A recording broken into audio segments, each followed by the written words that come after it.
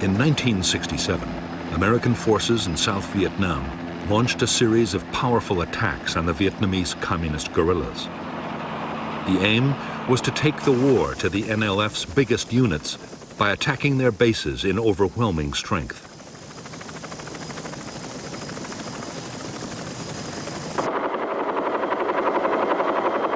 The Americans hoped that the guerrillas would stand and fight. They could then annihilate them with vastly superior firepower.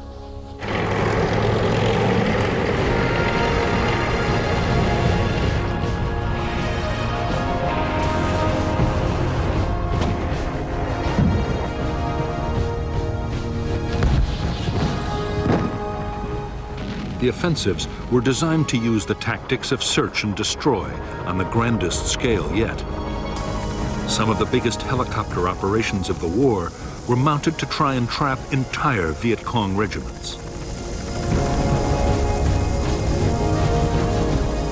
More guns and aircraft were called in to support the attacks than had ever been unleashed on a Vietnam battlefield.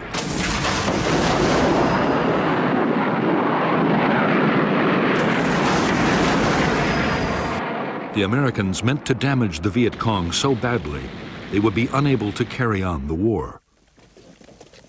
In fact, the Americans would fail to wipe out the Viet Cong's biggest units. Despite heavy losses in men and equipment, the guerrillas would return even stronger, ready to launch their own offensive campaign.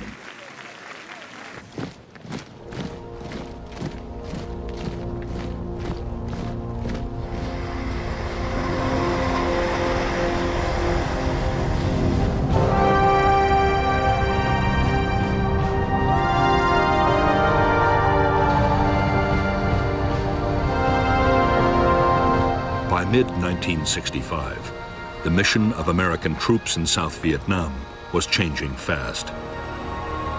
They had come to secure air bases, but now they were actively looking for combat with the Viet Cong. On May 18, 1965, the 173rd Airborne Brigade, the first U.S. Army infantry unit to arrive in Vietnam, began operations.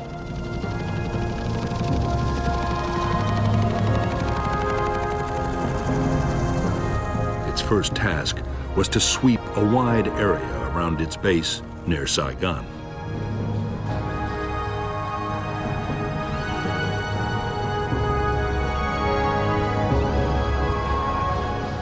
The 173rd met no real resistance. There were thousands of Viet Cong troops in the Saigon area, but they remained elusive.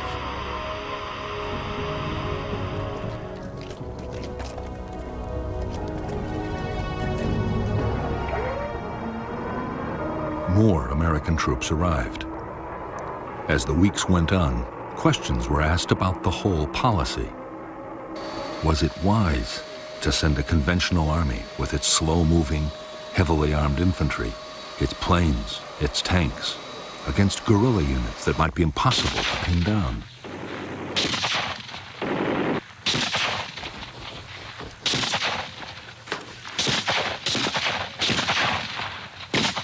The U.S. commander in Vietnam, General William C. Westmoreland, insisted that the Army could find and beat the enemy. There were soon encouraging signs. In August 1965, in Operation Starlight, U.S. Marines surrounded a Viet Cong regiment of 2,000 men and defeated them in a full-scale battle.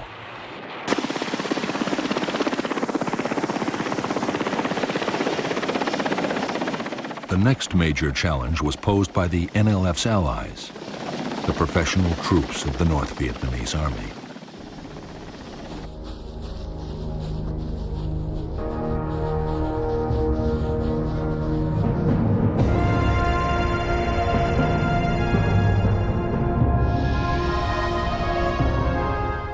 By September 1965, two North Vietnamese Army regiments, the 32nd and the 33rd, had moved down the Ho Chi Minh Trail and infiltrated from Cambodia into South Vietnam.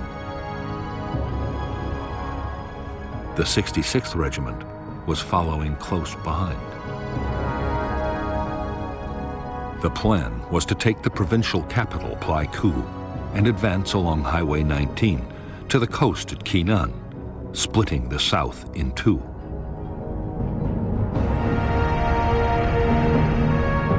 The Americans were determined to block the NVA's attempt to reach Kinan. The idea was to place in the Anke Valley the most mobile force they possessed, the 1st Air Cavalry Division.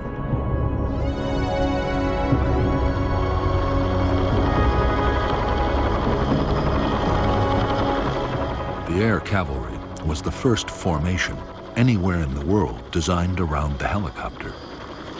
The division was 15,000 strong and had 480 machines, 5 times the number of a normal infantry division.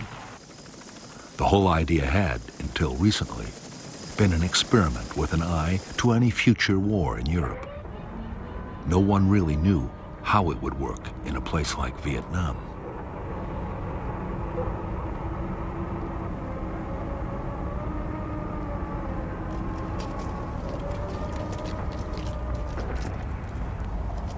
Combat units of the 1st Cavalry began to arrive at Anke in mid-September 1965. By October, the division was fully operational. Its base, Camp Radcliffe, had grown into a massive complex of helicopter pads, supply dumps, accommodation and maintenance facilities.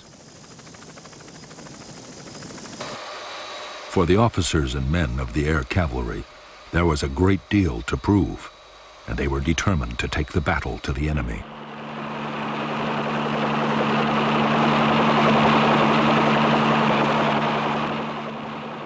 For their part, North Vietnamese Army commanders were just as keen for a fight as the Americans. Their 6,000 troops, already in the border area, meant to keep up the pressure on South Vietnamese government forces. At the same time, they aimed to find out how well U.S. troops would fight and how their own soldiers would cope with American weapons and tactics.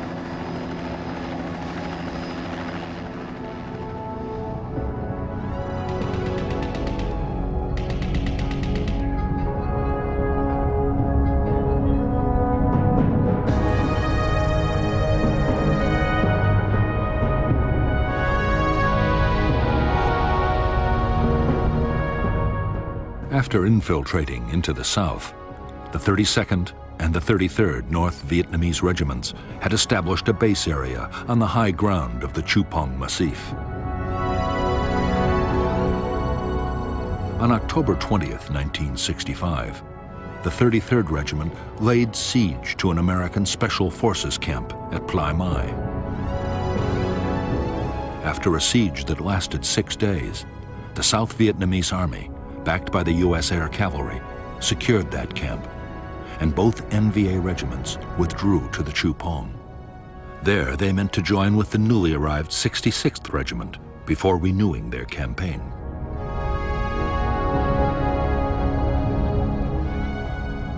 The American plan was to fly in the whole of the 1st Battalion of the 7th Cavalry to find the NVA regiments. It was the first time U.S. troops would face NVA regulars. The first step was to create an artillery fire support base near the Chupong at Landing Zone Falcon. Next, the lead elements of the 1st Battalion landed at LZ X-Ray. Right in front of them were nearly all the 66th and 33rd NVA regiments.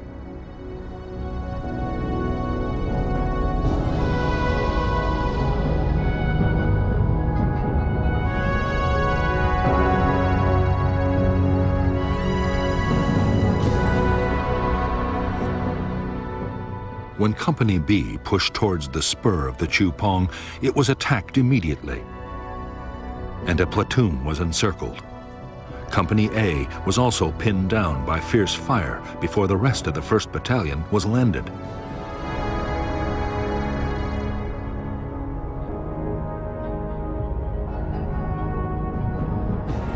A and B companies then launched attacks to relieve the encircled platoon, but were driven back.